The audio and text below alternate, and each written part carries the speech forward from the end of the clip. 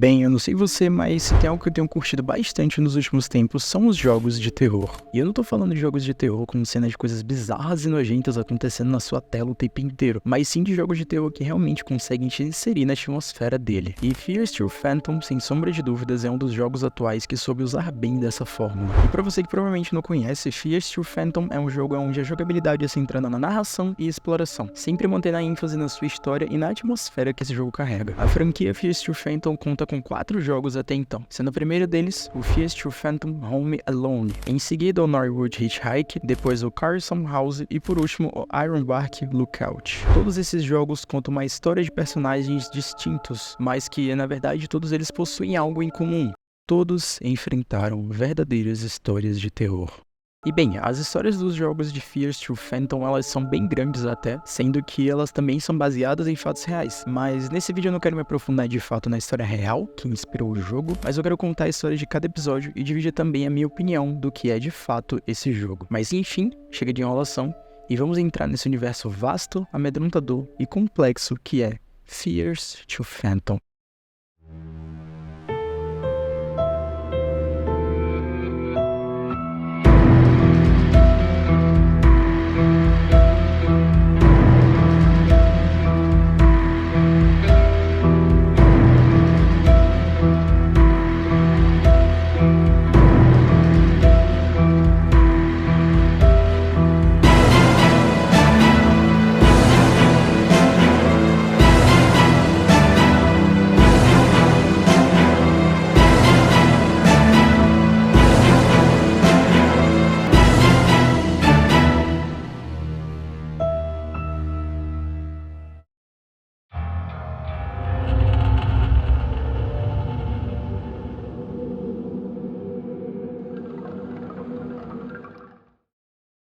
No jogo Home Alone, nós controlamos o Miles, que é um garoto de 14 anos e seus pais viajaram ao trabalho, deixando ele completamente sozinho em casa. Mas em uma certa noite, algo meio bizarro acontece com ele, algo que até nos dias de hoje Miles não sabe como explicar. E também, como uma forma de desabafar e pôr todo esse trauma pra fora, Miles decide fazer uma publicação no Reddit e relatar todos os acontecimentos daquela noite que jamais sairão da sua mente.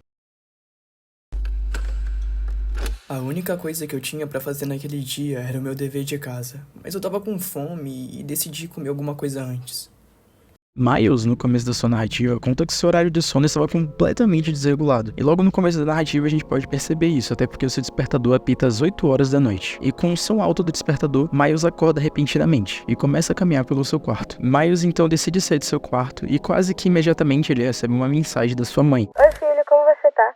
Em relação à comida, não precisa se preocupar. Eu deixei a comida na geladeira pra você. Com isso, a mãe de Miles diz que deixou pra ele uma refeição na geladeira. E também tinha uma mensagem de um de seus amigos, que Miles tinha convidado pra ir na sua casa, mas de última hora ele acaba dizendo que não poderia ir, deixando assim Miles definitivamente sozinho. Sendo assim, a única coisa que restava pra Miles era comer o prato que sua mãe deixou na geladeira. Mas antes, Miles ele sente algum pressentimento muito estranho e decide olhar o quarto dos seus pais. E ao entrar no quarto dos seus pais, Miles ele apenas olha pros lados, mas não encontra nada de interessante. Mas ao olhar pela janela...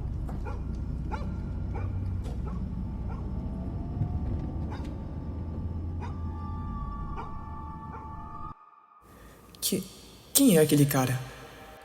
Ele é algum vizinho ou algo do tipo? Miles vê alguém pela janela. Ele não sabe quem é ao certo, e ele até suspeita que seja algum vizinho seu, mas ele nunca viu aquela pessoa na sua vida. Mas ignorando tudo isso, Miles desce até o andar de baixo da sua casa, e assim como sua mãe havia dito, chama a lasanha na geladeira. Então ele põe a lasanha para esquentar no forno. Miles então, após terminar de esquentar o seu prato, ele liga a sua TV e senta no sofá para comer enquanto assiste. Mas algo que Miles não conseguiu perceber é que bem lá no canto onde mostrava a escada pro andar de cima, aparece uma pessoa subindo as escadas. Só que Miles não percebe nem sequer chega a narrar pra gente se ele viu isso ou não acontecer. Mas enfim, após comer sua lasanha, Miles coloca o prato na pia e sobe pra fazer o seu dever de casa. Após terminar o seu dever de casa, Miles se deita na sua cama e decide dormir novamente. Às vezes eu me pergunto se o que eu fiz foi certo, mas se eu não tivesse feito, será que eu estaria vivo hoje? Na verdade, eu só queria beber um copo d'água. No meio da noite, Miles acorda e decide beber uma água, algo bem incomum para falar a verdade. E após descer e beber água, Miles sobe para deitar e dormir novamente. Mas antes de Miles voltar para a cama, ele recebe uma enxurrada de mensagens da sua mãe totalmente desesperada. Filho, quem é esse que está na porta. Você está aí?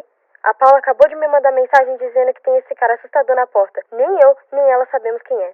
Por favor, tranca as portas e fecha as janelas. E se esconde debaixo da sua cama. Já ligamos pra polícia e a Paula diz que está indo até aí.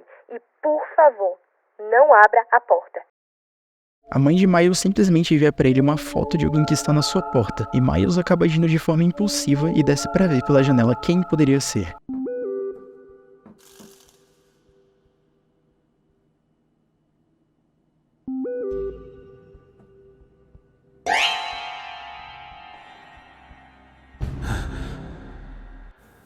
Eu nunca vou esquecer dos seus olhos tenebrosos olhando diretamente pra mim. E curiosamente, a pessoa que estava na porta era muito semelhante à pessoa que ele viu mais cedo no seu jardim. E assustado, ele tranca todas as portas da sua casa e em seguida se esconde debaixo da sua cama. E ao entrar debaixo da cama, Miles ouve 2 barulhos.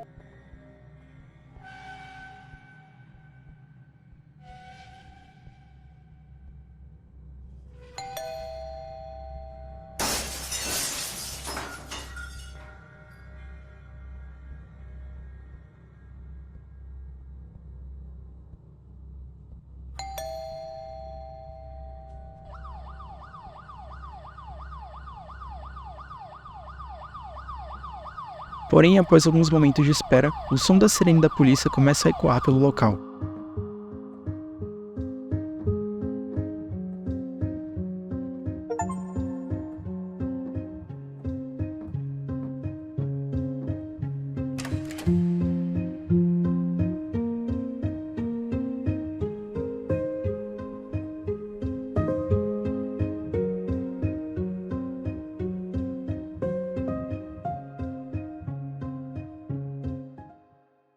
Porém, esse jogo também contém 2 finais alternativos. O primeiro, caso você abra a porta de noite em algum momento, o invasor ele entra na casa de Miles e captura ele. O segundo final alternativo é caso Miles saia debaixo da cama e tente descer para se encontrar com sua vizinha, que caso isso aconteça, a porta do quarto de seus pais irá abrir e o invasor sairá de lá. Mas, afinal, o que foi que acabou de acontecer aqui? Bem, esse primeiro episódio de Fears to Phantom ele é um pouco curto e também desperta uma curiosidade muito grande nas pessoas que jogam. Mas a maior dúvida não chega a ser de fato quem é o invasor, mas também qual o objetivo dele por trás disso tudo. Até onde sabemos, o invasor não é ninguém conhecido, porque nem sequer os seus vizinhos sabiam quem ele era, muito menos alguém que Miles conhecesse, já que ele ficou tão surpreso quanto todos que viram isso acontecer. A outra questão que mais intriga a todos é justamente qual era o objetivo do invasor com Miles. E pelo que parece, o invasor não é um ladrão, muito menos um vândalo, já que o alvo dele o tempo inteiro era o Miles. E ao que tudo indica, ele sempre observava o Miles muito antes até de seus pais terem saído de viagem. Ou seja, o invasor apenas observou e planejou uma forma de raptar Miles.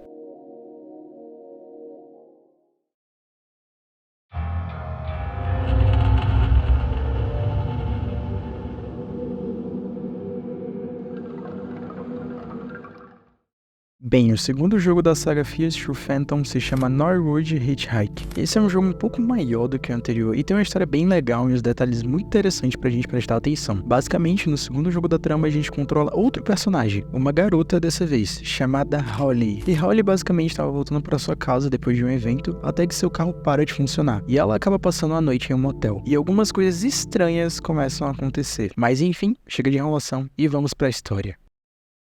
Eu não sei se as pessoas estão prontas para acreditar no que eu vou contar, mas digamos que essa história é o que vai me deixando melhor aos poucos. Eu sempre gostei muito de jogos e coisas semelhantes, e aos meus 19 anos eu tive a oportunidade de ir para minha primeira convenção de jogos. Na ida, ocorreu tudo bem, mas na volta, não foi bem assim. Eu estava ansiosa para ir porque eu queria conhecer alguns amigos também. Meus pais nunca acharam essa ideia boa, mas acabaram deixando mesmo assim.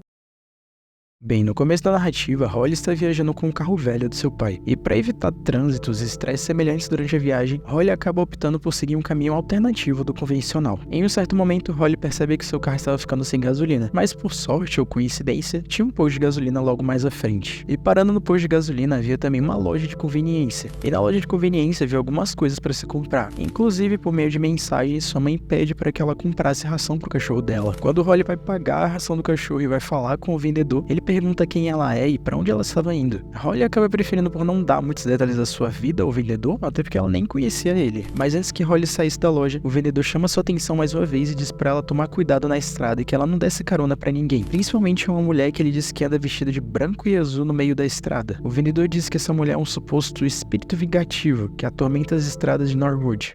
Eu tava tão cansada que nem dei muita atenção àqueles contos macabros que aquele velho da loja me disse. Eu só queria abastecer meu carro e ir pra casa.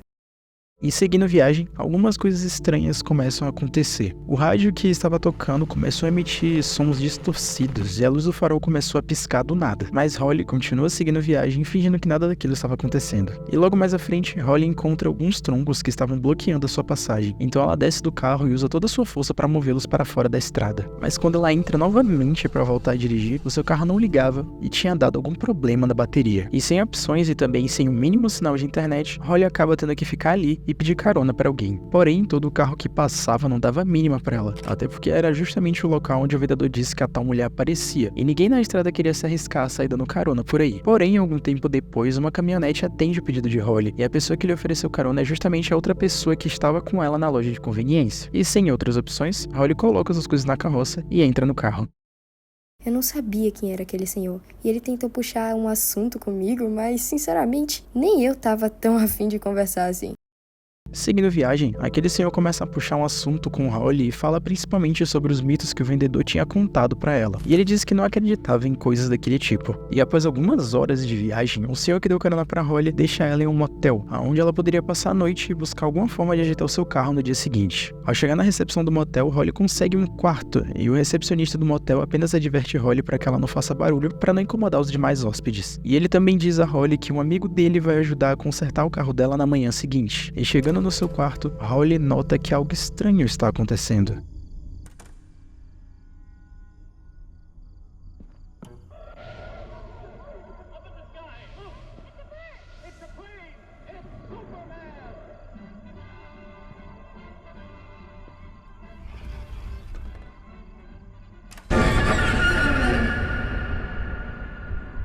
Ao perguntar quem era aquela pessoa e o que ele estava fazendo no quarto dela, o rapaz disse que ele era apenas um funcionário do motel e que estava arrumando o quarto para ela. Com isso, Holly sai para que ele possa terminar de arrumar o seu quarto. E após estar tudo pronto, Holly se deita para dormir após uma noite tão agitada. Aquele lugar era aconchegante, de certo modo, exceto pelo cheiro de casa velha, mas dava pra passar a noite. Em um certo momento da noite, Holly percebe que tem um estranho observando ela pela janela. E meio assustada, Holly ela apenas se levanta e decide abrir a porta. E meio assustada com o que acabou de acontecer, tudo que Holly queria naquele momento era tomar um café. E curiosamente, tinha uma máquina de café bem à frente onde ela estava. E ao tomar o café, algo estranho começa a acontecer com Holly. Seus sentidos começam a ficar embaraçados e ela ficou extremamente tonta. Mas antes que ela desmaiasse, ela consegue chegar no seu quarto. Porém, desmaia na sua cama logo em seguida. Passando algumas horas, Holly levanta meio tonta e ao se levantar, ela fica meio assustada porque tinha alguém batendo na sua porta. E ao abrir a porta, Joey, o recepcionista, estava lá do outro lado. E ele diz a Holly que seus vizinhos estavam reclamando que havia muito barulho vindo do seu quarto. Mas Holly não entende nada, já que ela desmaiou sem fazer o mínimo barulho. Joey percebe que os olhos de Holly também estavam muito vermelhos e que não estava com uma aparência muito boa. E Holly diz que isso aconteceu após ela ter tomado um café na máquina. E Joey fica ainda mais confuso porque ele diz que nunca houve uma máquina de café no estabelecimento. Porém, Joey entende o que está acontecendo. Ele dá uns remédios a Holly e ele supõe que muito provavelmente alguém pôs aquela máquina ali para dopar todos os hóspedes do local. Após tomar os remédios, Holly se tranca no seu quarto e se deita de novo. Mas cerca de um pouco tempo depois, outra pessoa bate na porta de Holly. Essa pessoa começou a dizer que precisava de ajuda e começa a pedir para Holly abrir a porta. Holly então diz que não vai abrir a porta e caso ele precisasse de ajuda, que ele ligasse para o 911, que é o número da emergência. Porém, aquele homem acaba perdendo a paciência e arromba a porta e invade o quarto de Holly. E Holly acaba se escondendo no armário. E isso acontece.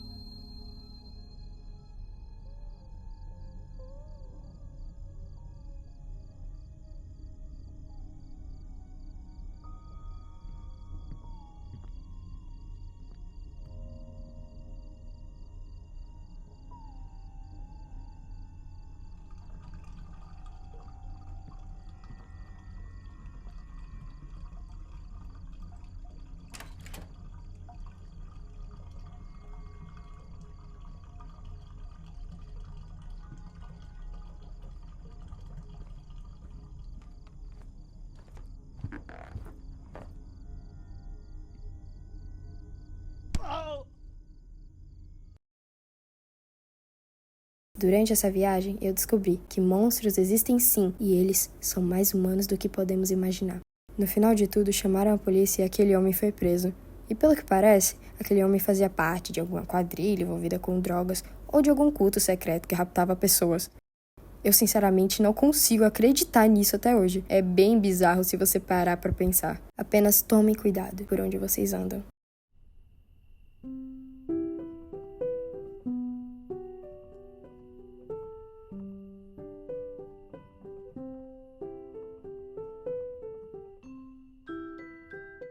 Bem, esse episódio é um pouco maior do que o outro e consequentemente deixa outras dúvidas na nossa cabeça. Mas, ao que tudo indica, aparentemente tanto o vendedor da loja quanto o motorista e também Joey sabia desse suposto culto que raptava pessoas, mas que, por algum possível medo, eles acabaram não querendo se envolver nem sequer tomando providências, com receio de serem os próximos alvos. E muito provavelmente tanto o carro de Holly dando problema quanto os troncos no meio da estrada era desde o começo uma armação para ela. Tanto que enquanto Holly estava na estrada, há algo se movendo na floresta, mas não conseguimos discernir o que era ao certo. E algo que eu notei enquanto eu jogava esse segundo episódio é algumas semelhanças que ele tem com o primeiro episódio de Fears to Phantom. Em ambos os jogos, há alguém querendo raptar o personagem principal. E na minha teoria, tanto o velho do primeiro jogo quanto o homem de branco do segundo episódio têm algo em comum. Ambos querem raptar suas vítimas e ambos estavam de olho nelas o tempo inteiro. E se de fato eles têm algo em comum e fazem parte do mesmo culto ou quadrilha, não é à toa que o vendedor mencionou que eram vários monstros que andavam pela estrada, e não apenas um. Mas enfim, isso é tudo teoria. E sem mais enrolação, vamos para o próximo episódio de Fears to Phantom.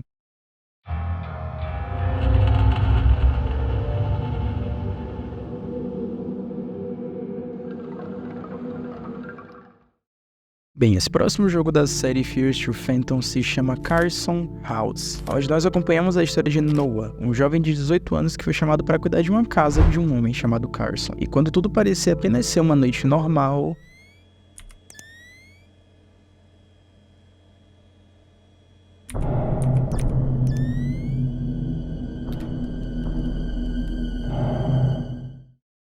eu, sinceramente, não faço ideia do porquê de eu estar gravando isso, e muito menos se alguém vai ver isso algum dia. Mas eu espero que essa minha história sirva de lição para pelo menos alguém. Quando isso aconteceu, eu tinha apenas 18 anos, mas digamos que isso me assombra até os dias de hoje. Meu pai conseguiu arranjar um trabalho para mim na casa de um homem chamado Carson. Era apenas para eu tomar de conta da casa dele e ganhar meus míseros $100, mas digamos que não foi apenas isso.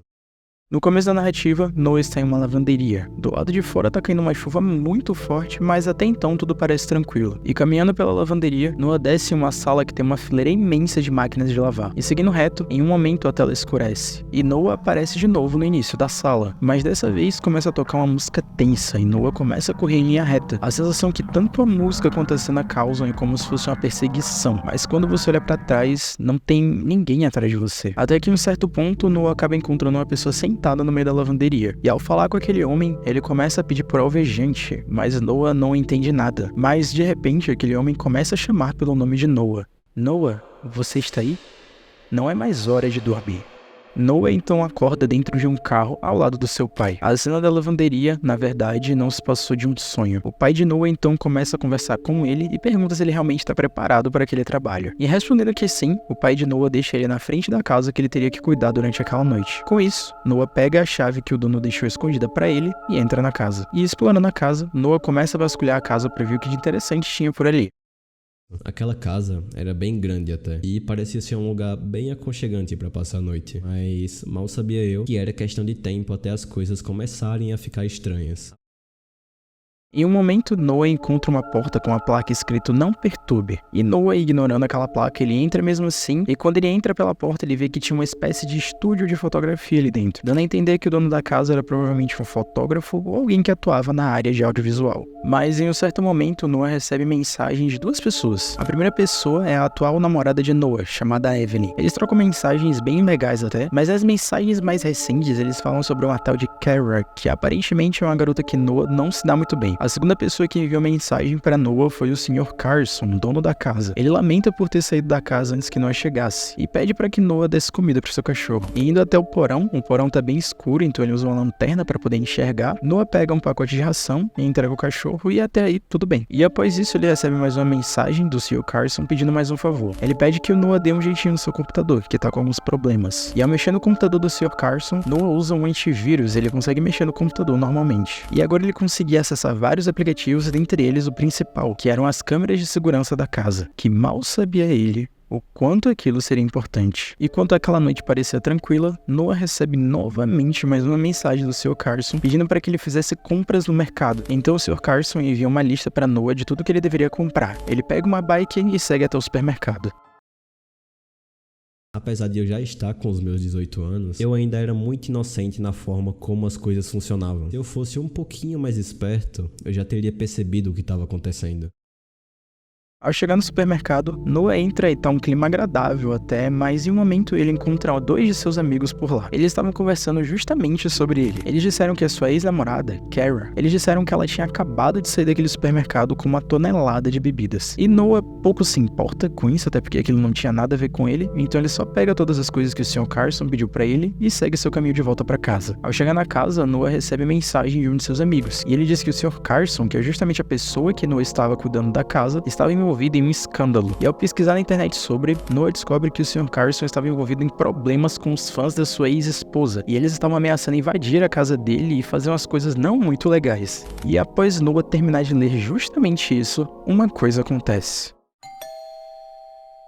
Ao ouvir o som da campainha, Noah decide olhar pelas câmeras de segurança para ver quem poderia ser na porta. E ao descer, Noah pergunta o que é que aquele homem queria. E ele diz que era apenas um entregador de pizza. Mas quem foi que pediu pizza? Noah então começa a dizer que não foi ele que pediu, e até então me parecia tudo normal. Noah pega a pizza e manda o entregador embora. E sem opções e com aquela pizza inteira na mão, Noah se senta e começa a comer a pizza. E pouco tempo depois, o Sr. Carson manda mensagem para ele dizendo que foi ele quem pediu a pizza, deixando Noah mais tranquilo. Mas quando tudo parecia normal, Noah tinha terminado de comer sua pizza, a campainha toca novamente. Noah vai até a porta de novo e dessa vez alguém havia deixado um buquê na porta de casa. Agora tá começando a ficar estranho de verdade. E isso foi algo estranho de fato, mas Noah só ignora aquele ocorrido, ele sobe até o seu quarto de cima e vai fazer o seu dever de casa. Mas enquanto ele subia as escadas, ele recebe mensagem de um número desconhecido. Noah só presume que deve ter sido uma mensagem para o número errado e vai fazer o seu dever de casa. E de repente, às 1 da manhã, a energia da casa simplesmente acaba, e Noah não entende nada do que está acontecendo. Noah recebe mais mensagens daquela pessoa desconhecida. Noah segue, ignorando ela, ele desce as escadas até o primeiro andar e liga a energia de novo. Quando Noah sobe as escadas, ele olha para o quarto de fotografia e vê que tá tudo bagunçado. Noah não estava mais sozinho. E Noah fica desesperado ao ver aquele quarto totalmente destruído e perceber que ele não tá mais sozinho naquela casa. Então ele corre até um quarto que ele estava anteriormente e decide ficar escondido por lá. Mas em um certo momento, ele ouve um som vindo da parte de baixo da casa. Então ele decide olhar nas câmeras para ver o que havia acontecido. E na cozinha, o forno estava ligado simplesmente sozinho. E aparentemente tinha um vulto de alguém pela janela. Então Noah ele desce rapidamente, desliga o forno e corre de volta pro quarto de cima. E olhando pelas câmeras, Noah só esperava pelo pior. Aquilo era muito estranho, sim, mas o medo se misturou com a vontade de não acreditar que aquilo podia estar acontecendo. Por isso, eu só ignorei. Eu simplesmente me recusava a acreditar que ela estava aqui. Será que eu só estava enlouquecendo? Pela primeira vez, eu presenciei um pesadelo mais perto do que eu conseguia imaginar. E ao chegar no primeiro andar, ela começa a vasculhar quarto por quarto, até que um momento ela chega na porta do quarto que Noah está escondido. E ao se aproximar da porta, ela começa a chamar pelo nome dele. E aí nós descobrimos que aquela mulher na verdade era Kara, a ex-namorada de Noah. Ela disse que apenas queria entrar e conversar com ele, mas após Noah rejeitar a entrada dela, ela começa a lançar uns papos muito psicóticos pra cima dele. Até que um momento, Noah ameaça chamar a polícia. E ela começa a surtar e arromba a porta e Noah corre pra se esconder.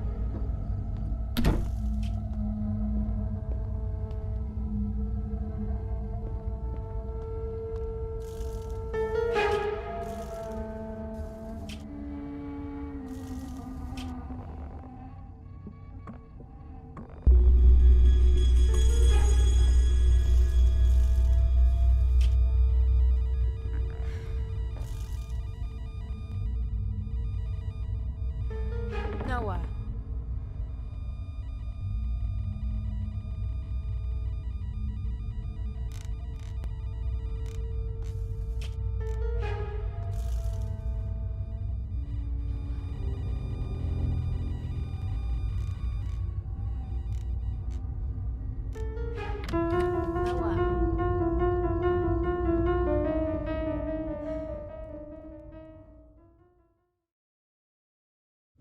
Eu conheci Kara em um site de encontros. Ela parecia ser uma garota legal à primeira vista, mas nosso namoro não durou nem 2 meses. Eu descobri que ela era envolvida com drogas, então eu decidi terminar. Mas digamos que ela não aceitou isso muito bem. Ela continuava me ligando, implorando para que eu voltasse, mas eu sinceramente nunca respondi. Depois que eu fugi daquela casa, fui até o meu pai. Ele ligou pra polícia e ela foi presa e pegou uma pena que vai manter ela muito tempo longe. Mesmo ela estando presa, eu ainda tenho medo. Isso é algo que me incomoda, mas eu tenho aprendido a viver com esse medo de pouco em pouco.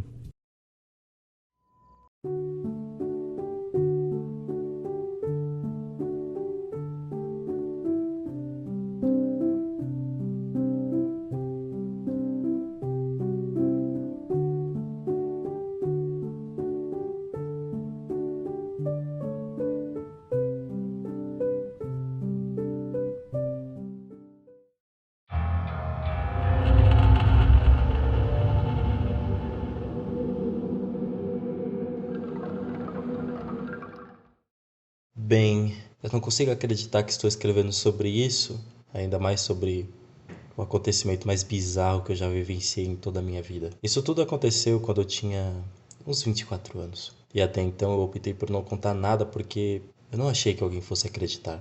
E digamos que desabafar sobre isso tem sido o meu melhor remédio. No quarto jogo de Fears Through Phantom, Ironbark Lookout, nós controlamos um rapaz chamado Jack. Tudo começa com Jack dentro do seu carro a caminho do seu mais novo emprego como vigilante florestal. Lendo as mensagens de Jack, a gente percebe que Jack, na verdade, sempre foi uma pessoa muito tímida e aceitou trabalhar como vigilante justamente por ser em um lugar distante e por não ter que lidar com tantas pessoas assim. Mas antes de ir diretamente pro seu posto de trabalho, Jack decide parar em uma lanchonete que sua amiga indicou pra ele. E ao estacionar, Jack encontra um rapaz comendo um lanche no estacionamento. E ao falar com ele, ele diz a Jack que aquela lanchonete era a favorita dele. E ao desenrolar da conversa, Jack diz que é o novo vigilante florestal do parque. Aquele homem então olha para a cara de Jack e diz: novo vigilante? Então você deve ter ouvido as notícias. Mas peraí, que notícias? Aquele homem disse que algumas semanas atrás, naquele parque, 3 crianças foram raptadas e estão desaparecidas até então, sem deixar os mínimos rastros para trás. Aquele homem teoriza que poderia ser alguma entidade folclórica ou algum animal perdido. Ele também disse que geralmente as pessoas que acampam por ali sempre voltam com histórias bizarras, ou simplesmente nunca voltam. E após esse clima meio bizarro, Jack apenas sai e entra enfim na lanchonete. Eu confesso que fui um pouco precipitado em relação àquele senhor. Se eu ao menos me tocasse que toda aquela baboseira que ele estava dizendo na verdade era um alerta. É até engraçado ver como todas essas coisas começaram a ficar estranhas logo cedo. A lanchonete ela é aparentemente um lugar tranquilo, as pessoas são simpáticas e todos seguem comendo seus lanches, exceto por uma pessoa. Tem um senhor sentado em uma das mesas, ele só fica lá, te encarando. Mas enfim, depois dessa estranheza, Jack então se senta em uma mesa e pede um lanche. Mas enfim, após isso, Jack entra no seu carro e segue o seu rumo ao parque. Ao chegar na floresta, Jack desce do seu carro e encontra um mural que tem 3 cartazes de crianças desaparecidas, as mesmas que o cara da lanchonete tinha dito a ele. E em seguida, Jack vai até a porta na casa ao lado.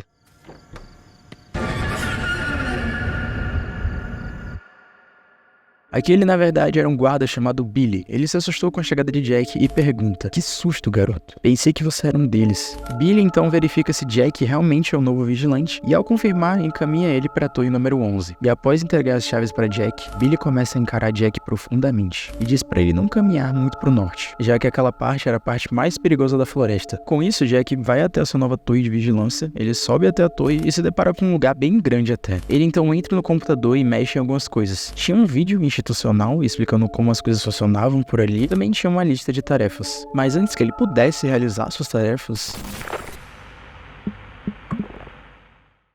Alô, novato? Então, fiquei sabendo que você é novo por aqui.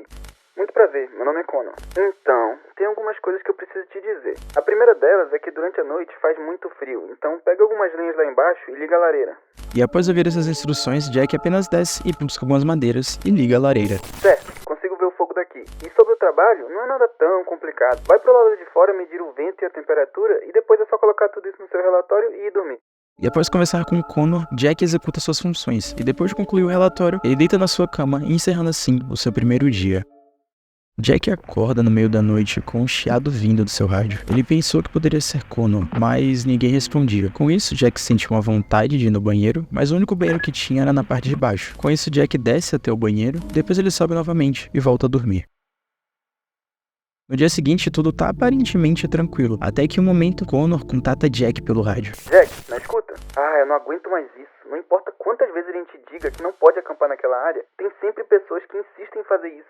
Você pode ir lá e dar uma olhada pra mim? Connor pede para que Jack vá investigar a fumaça de um lugar onde era proibido acampar. Sendo assim, Jack topa e vai olhar o que tá acontecendo naquele lugar. Jack então chega próximo ao acampamento com a fogueira acesa, até que um momento ele começa a ouvir um grito no meio da floresta. Enquanto ele caminha pela floresta, ele começa a ouvir uns assovios. Depois disso, ele só estranha tudo aquilo e vai embora o mais rápido possível para relatar ao Connor o que havia acontecido.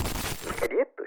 Deve ter sido alguma raposa. Eu já ouvi dizer que eles têm gritos igual de mulheres desesperadas. Eu fiquei sabendo que algumas pessoas estão acampando ali por causa das 3 crianças desaparecidas. E eu vi os pais delas dizerem que foram alguns assobios que atraíram eles pra fora da floresta. Mas enfim, não deve ter sido nada demais. Vê se descansa um pouco. Após isso, Jack faz seu relatório, mas antes de dormir, ele desce para pegar um pouco de lenha para a lareira, até que ele ouve mais uma vez um assovio. E beleza, após essa estranheza, ele apenas pega a lenha, acende a fogueira, depois vai para sua cama e dorme novamente.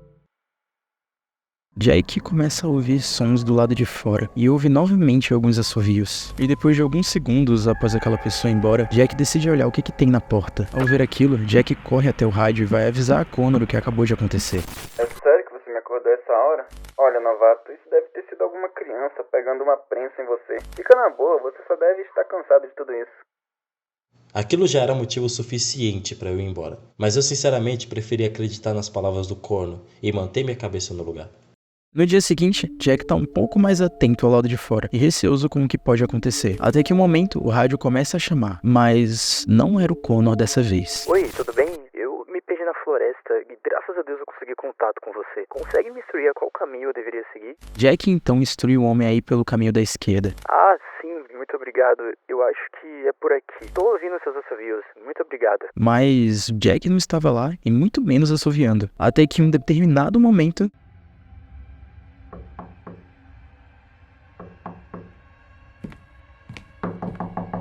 Aquele era Billy, o cara que recebe Jack no início do seu trabalho. Ele deixa alguns suprimentos pra Jack e pergunta por que ele estava andando pela floresta no dia anterior. E mandou ele ter muito cuidado com a floresta. Mas enfim, depois de pegar os recursos que Billy tinha deixado pra ele, Jack faz o seu relatório e depois desce pra pegar mais lenha pra sua lareira. Até que...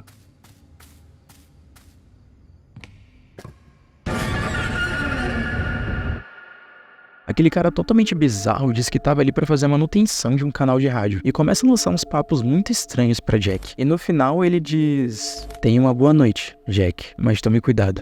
A curiosidade pode te levar para lugares que você não quer ir." Jack então recebe uma chamada de Connor pelo rádio e ele então decide relatar a Connor tudo o que aconteceu com ele naquele último momento. Manutenção?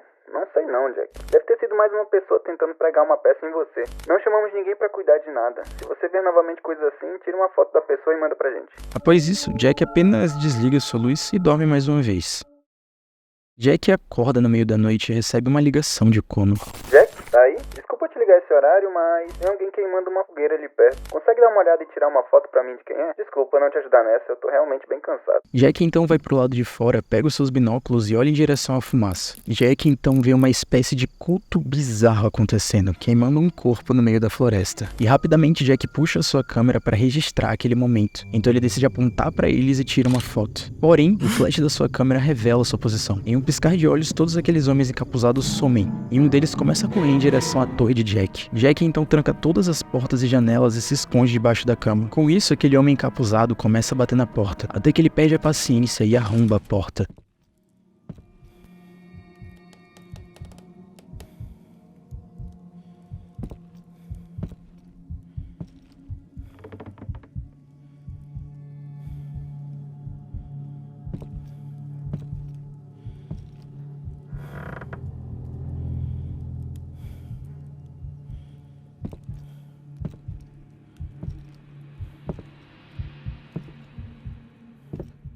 Ele começa a vasculhar e depois de um tempo, ele começa a procurar por Jack no lado de fora. Até que Jack, quando vê que aquele homem não tá mais no campo de visão dele, ele sai debaixo da cama e tenta fugir dali.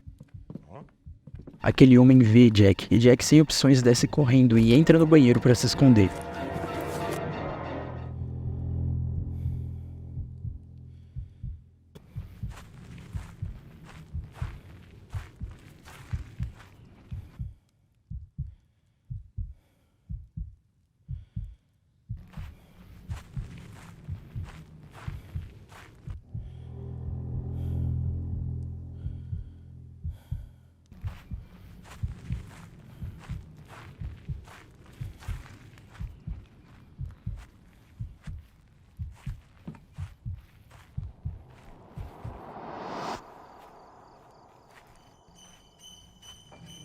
Até que em um momento, quando aquele homem novamente não tá vendo o Jack sai correndo do banheiro e corre para fugir da floresta, e se depara com 2 caminhos, um pela esquerda e outro pela direita. Mas caso Jack siga pela direita, ele encontra a casa do guarda Billy, que está trancada, e o homem encapuzado ainda está atrás dele, até que Jack apenas entra no seu carro e foge dali de uma vez por todas. Bem, no dia seguinte, a polícia foi até o local e investigou a área. E adivinha? Não encontraram nada. Não acreditaram em nada do que eu disse. E disseram que eu só estava alucinando por conta do isolamento social. Eu sei o que eu vi. Eu sei que nada foi mentira. E muito menos coisa da minha cabeça. Eu só tô relatando isso porque eu sei que eles continuam fazendo vítimas. E infelizmente, não tem nada que eu possa fazer, senão alertar as pessoas que desejam acampar ali.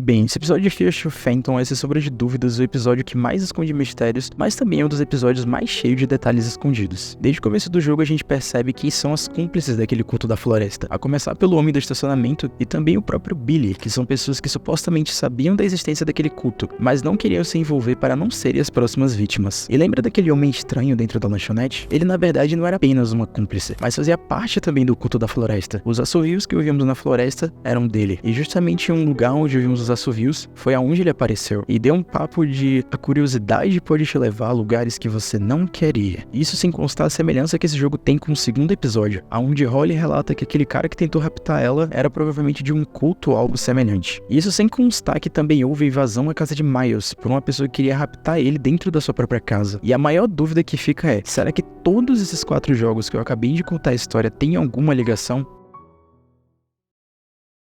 Bem, apesar de seus mistérios nada convencionais e muito bem produzidos, Fear of Phantom, desde o primeiro episódio até o 4º episódio, são histórias baseadas em fatos reais. A história de Miles, Holly, Noah e Jack foram reais, e as narrações nada mais são do que e-mails que eles enviaram ao criador da saga Fear of Phantom, que transformou tudo aquilo em 4 jogos. E, inclusive, tem mais um que ainda está para lançar. Fear of Phantom, sem sombra de dúvidas, entrou na lista de uma das minhas sagas favoritas. Mas afinal, qual é a mensagem de Fear of Phantom? Fear of Phantom se trata de coisas reais materializadas em jogos. Ou seja, apesar das bizarrices, tudo é real. Pessoas reais que passaram por aqueles traumas, e assim como no próprio jogo, qualquer vacilo poderia ser fatal e totalmente prejudicial. E a reflexão que Fear of Phantom traz não é sobre dicas de como sobreviver a coisas estranhas, ou não aceitar qualquer emprego com má reputação, mas a verdadeira mensagem desse jogo é: se pessoas reais passaram por verdadeiros apavoros inacreditáveis, o que te impede de passar também?